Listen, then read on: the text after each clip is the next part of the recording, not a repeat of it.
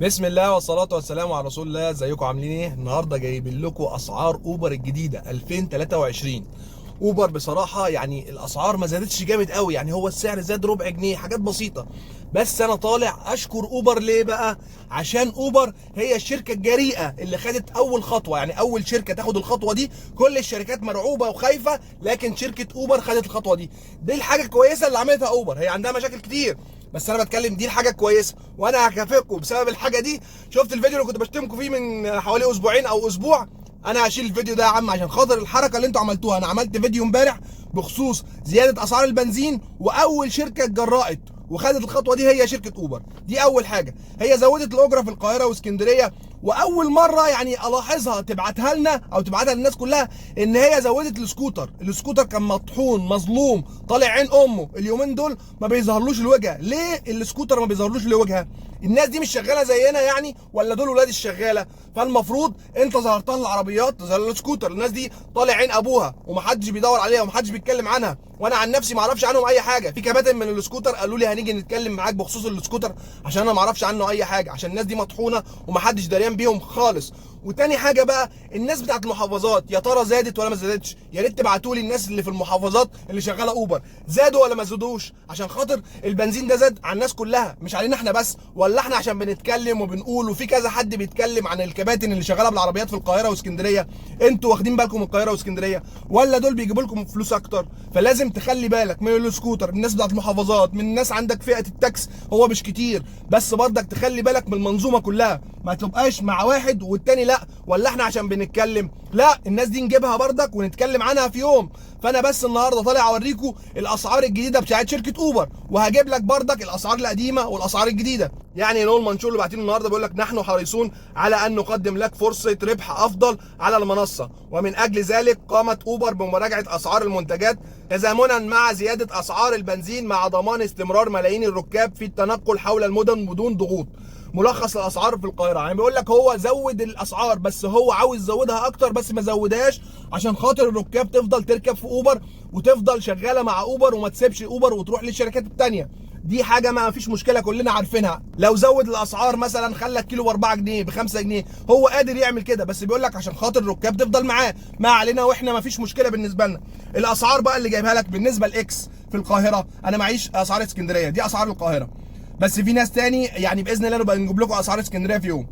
هو بيقول لك الحد الادنى للرحله 21 ونص، وهو كان 20 جنيه، ده بالنسبه لاكس. يعني اقل سعر الرحله لو رحله ماشيه كيلو هتبقى 21 ونص. تاني حاجه بيقول لك السعر الاساسي 13 جنيه، الاول كان 12 جنيه اللي هو فتحه العداد. لكل كيلو مقطوع 3 جنيه و35 قرش، وهو كام؟ هو كان 3 جنيه وبريزه، يعني زودوا حوالي ربع جنيه. لكل دقيقه مقطوعه 60 قرش، وهي كانت حوالي 55 قرش. هي الاسعار ما زادتش كتير قوي، بس الى حد ما اوبر يعني ايه بصت او عملت حاجه كويسه. بالنسبه لاوبر اكس صفر بقى بيقول لك ايه؟ السعر الادنى، الحد الادنى للسعر اقل حاجه 19 جنيه ونص، وهو الاول كان 18 جنيه. السعر الاساسي اللي هو فتحه العداد 10 جنيه، وهو اساسا 10 جنيه. ايه يا عم في ايه؟ ما تزوده شويه زي ما زودت النسبه بتاعتك، زود ده شويه.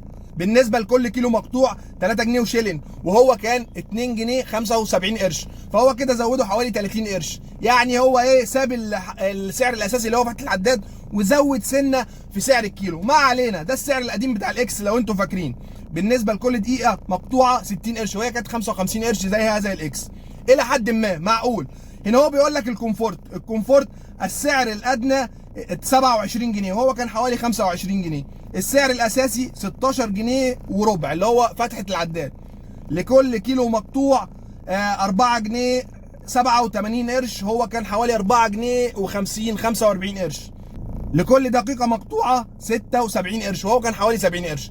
هو الاسعار ما زادتش قوي، بس الى حد ما معقول، يعني اللي يجي منه احسن منه، هو ده اللي احنا بنتكلم فيه. وبرضك هعيد تاني ان دي جراءه من شركه اوبر، عشان هي الشركه الاكبر، هي الشركه المتحكمه يعتبر في السوق رقم واحد، فهي اللي خدت الخطوه دي، ومستنيين شركه بيبي وان زفت يزودوا. وكريم ده مع نفسه حتى لو زايد، في ناس كتير مش هتفتحوا بسبب الحوارات اللي حاصله اليومين اللي فاتوا دول. فما علينا، سيبك من كريم وسيبك من ده كله، تعالى بقى ايه نروح لاهم حاجه اللي هو السكوتر اللي انا عاوزه. بص كده بيقول لك السعر الادنى اللي هو اقل سعر الرحله 8 جنيه ونص. ايه اللي ب 8 جنيه ونص دلوقتي يا باشا؟ انا مش عارف السعر القديم كام، بس ايه ب 8 جنيه ونص؟ اقل حاجه المفروض في سعر الرحله 10 جنيه، مفيش حاجه اسمها 8 جنيه ونص حتى لو سكوتر. برضك الناس دي بتشتغل وطالع عينيها والشمس والبرد والكلام ده كله. تعالى بقى للسعر الاساسي اللي هو فتحه العداد 5 جنيه، قليل جدا. انت المفروض ممكن تخليها زي العربيه زمان 7 جنيه اقل يعني ده اقل حاجه يعني، عشان الناس دي برضك طالع عينيها. تالت حاجه بقى بيقول لك لكل كيلو مقطوع 2 جنيه و18 قرش، يعني خليها 2 جنيه ونص. انت ليه بتثبت قوي كده يعني؟ خليك حلو. لكل دقيقة مقطوعة 26 قرش. يا راجل حرام عليك، في حاجة ب 26 قرش دلوقتي؟ قول نص جنيه. ده انت مشكلة بتوع اوبر دول. ودي كانت ملخص الاسعار اللي نزلتها اوبر بعد زيادة البنزين. هي اول شركة زودت، بس مستنيين بقى الشركات التانية تزود، يعني عاوزين برضك كله يتفاعل. اول شركة اهي علوا انتوا كمان، وعلوا على الكل، وشوفوا ده وشوفوا ده. وبرضك بعيد تاني، اوبر خلي بالكم من السكوتر وبتوع المحافظات. السكوتر ما بيظهرلوش السعر والوجهة بتاعت العميل ليه؟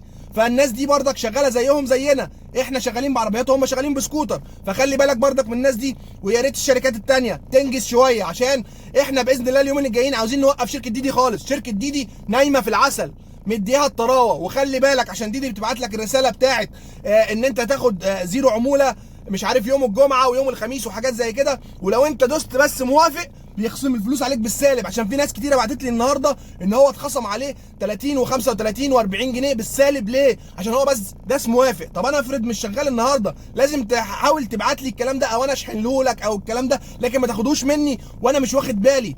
بعد ما انا ادوس اوكي بعد كده الاقي النسبه مخصومه مني، او الاقي الفلوس دي مخصومه مني. طب وليه؟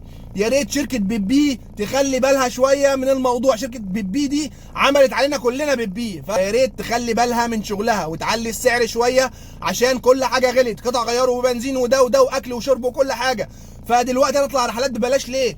فيا جماعه يا ريت تهدوا اللعب شويه على شركه ديدي، عشان خاطر تقدر تزود الاسعار. كده هي شايفه الناس شغاله، وهي مش عاوزه تزود ولا عاوزه تعمل اي حاجه عشان تاخد عملاء اكتر. وشركه ان درايفر برضك لازم تعلي الاسعار شويه، عشان خاطر هي نايمه في العسل خالص. والناس اللي بتشتغل ان درايفر عندك فرصه ان انت تعلي السعر على الاخر، دوس حتى على القلم وزود السعر لاعلى سعر، كمان اعلى من السعر اللي موجود، عشان خاطر المشوار او الرحله تجيب همها معاك وتتقارن بالشركات التانية. عشان الناس اللي بتاخد باقل اسعار دي دلوقتي متهيألي محدش هياخد باقل سعر، عشان خاطر مش هيجازي معاه خالص. اما بقى لو انت وصلت معايا للنقطه دي في الفيديو، فانا بشكر كل الناس اللي بتتابعني وبتكمل الفيديو للاخر، وبالذات الناس امبارح اللي حطيت اللايك وتفاعلوا معايا في الفيديو بتاع زياده البنزين ده. هو ده اللي خلى الشركات دي يعني نلفت انتباهها. يعني انا لوحدي لو اتكلمت وقعدت سنه اتكلم ومحدش متابعني ومحدش بيتفاعل معايا، ولا حد هيعبرنا. الحمد لله الشركات كل ما نتكلم في حاجه بيتجاوبوا معانا. ليه؟ عشان بيشوفونا كتير، بيشوفونا مع بعض، بيشوفونا على طول بنأيد بعض. انا عن نفسي لوحدي مش هعمل اي حاجه، لكن بيكم ان شاء الله هنقدر نعمل كل حاجه. اهم حاجه بقى لو عجبك الفيديو اشترك في القناه وفعل زر الجرس، ولو في اي حاجه او عندك وجهه نظر حطها لنا في التعليقات، واي حد عنده مشكله يبعت لي، وباذن الله احنا مع بعض، وباذن الله هنقف قدام كل الشركات. واهم حاجه ما تقفلش الفيديو غير لما تصلي على النبي.